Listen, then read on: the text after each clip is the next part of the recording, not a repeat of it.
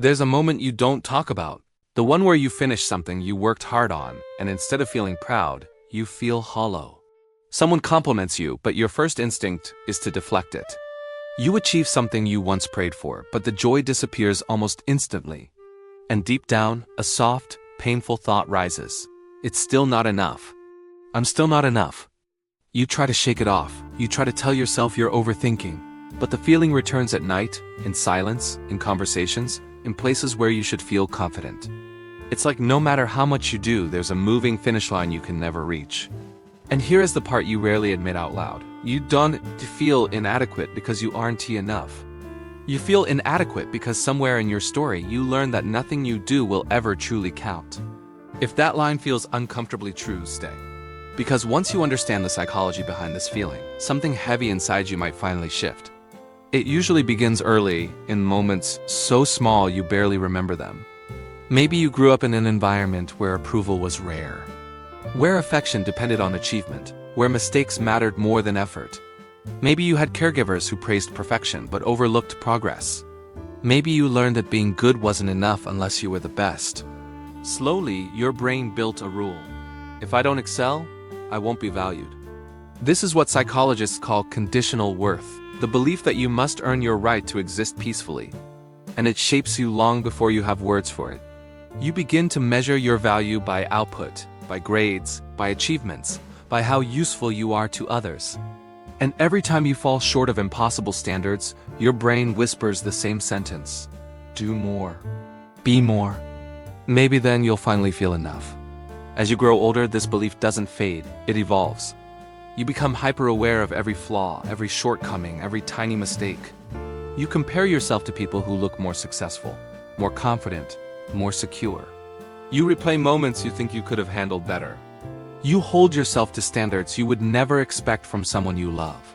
And even when people reassure you, the words bounce off because your mind isn't calibrated to receive them. Psychologists call this negativity dominance. Your brain is trained to store criticism as fact and treat praise as suspicious. So when someone compliments you, you feel like they're being polite. When someone appreciates you, you feel unworthy. When someone chooses you, you wonder why. You don't hate yourself, you just don't trust yourself. And that quiet distrust becomes the lens through which you see your entire life. The emotional cost of this is heavy. You become the person who looks confident on the outside but constantly questions themselves on the inside. The person who works twice as hard to feel half as worthy. The person who overthinks every conversation, every decision, every moment. You're exhausted not from what you're doing, but from the pressure of who you think you need to be. You apologize too much. You take responsibility for things that aren't yours.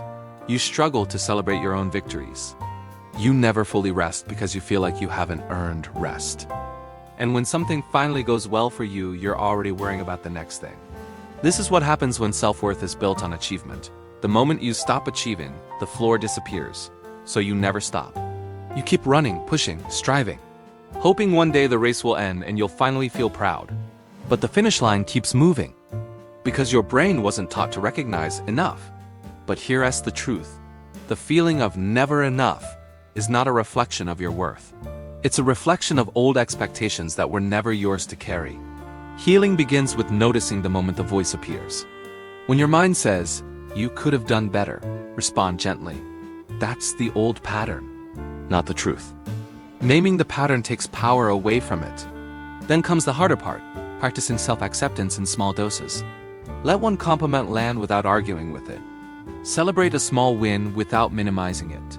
Let yourself rest without earning it.